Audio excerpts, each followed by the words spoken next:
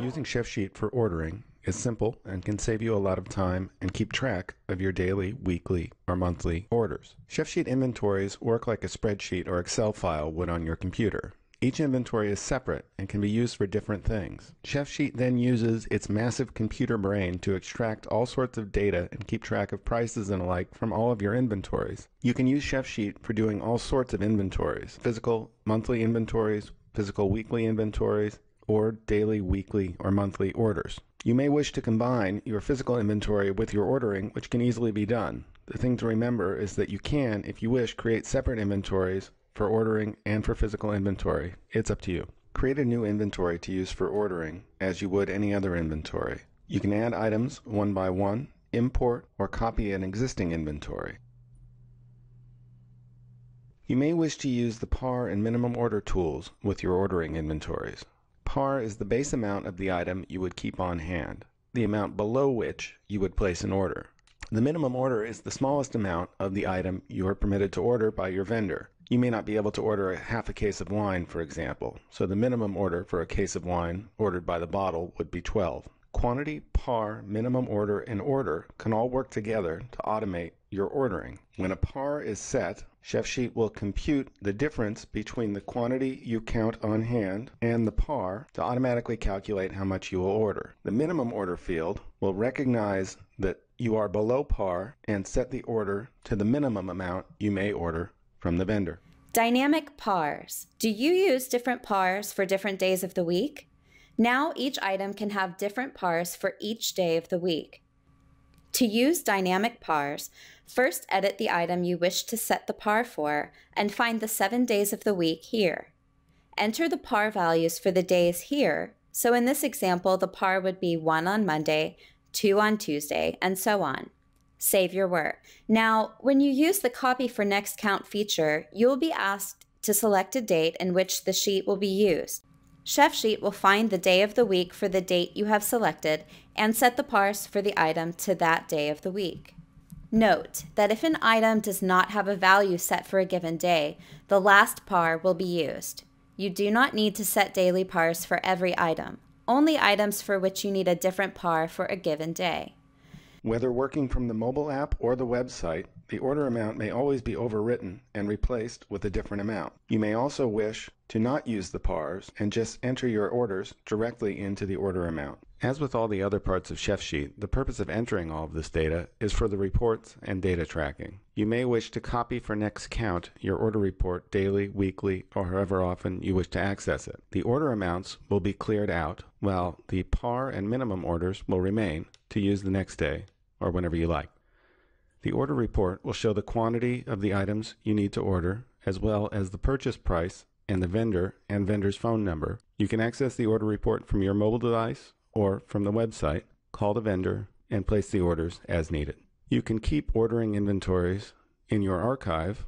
To keep a history, you can send your orders directly from Chefsheet to your vendors and have the vendors respond and update prices and quantities. To use these features, you must first set your specific vendor contact information where you wish your vendor's orders to be sent. Most vendors have some contact information in the system, however, this may not be where your orders are to be sent. You probably do not send your Cisco orders to info@cisco.com, for example, but rather to your salesperson, maybe Jane@cisco.com. To set your contact information, either click the Vendor tab here, and then set the info as needed here.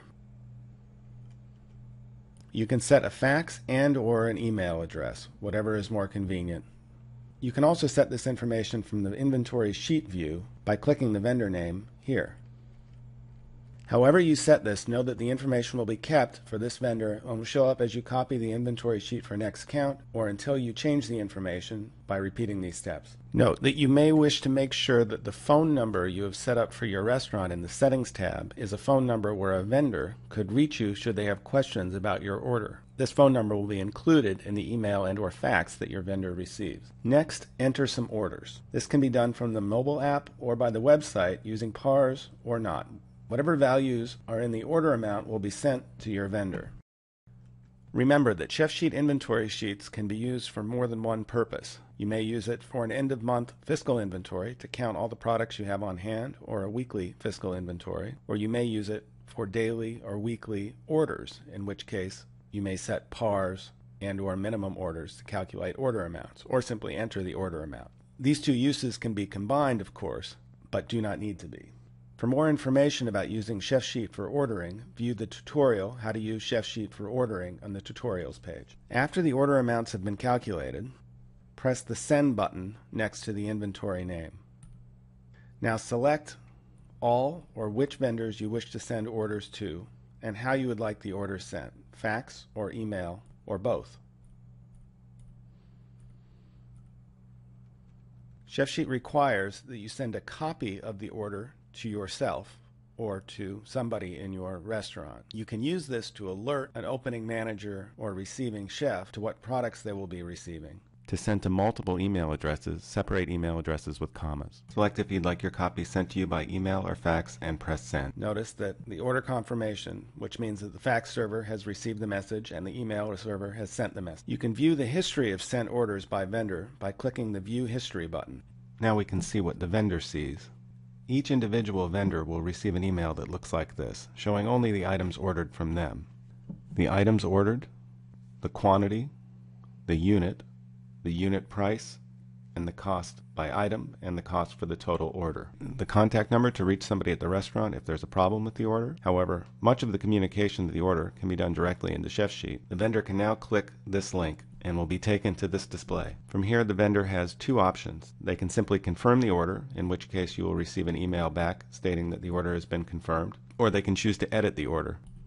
Once the vendor has selected to edit the order, they can change the quantity of an item, change the price, and add comments. If the quantity or price of an item has been changed, the form requires the vendor to leave comments. Now, when the vendor clicks confirm, another email will be generated back to you showing the change of price in this case and the vendor's notes. You may then, if you wish, import the price or quantity changes directly into the inventory sheet which you used to send the order. For those that are clever enough to be using Chefsheet to track their purchases, you can import your orders directly into the purchase tracker. To do that, click Track Purchases on any inventory sheet. In this example, we're using the same inventory sheet we used to send the orders. However, that is not required. Click the green Import Sent Orders button. Choose from your list of inventory sheets which orders you wish to import, and click Import Orders. You will now see the items that you sent in your order, and you can enter an invoice number if you wish, and add more purchases, or delete the item, or modify the quantities. If you've chosen to accept your vendor's price changes, those will show up here as well. Of course, you should tell your vendors that you'll be using Chefsheet for ordering, and tell them that you would like them to update the prices for you so that you can keep better track. Most vendors see the prices when you're placing the order. Since you'll be sending them the latest price you recorded in Chefsheet, the price you expect to pay, they should see the difference and be able to update you so that you can see that your prices have increased or perhaps decreased, or if the vendor doesn't have a product that you ordered in stock, they can communicate that quite easily as well.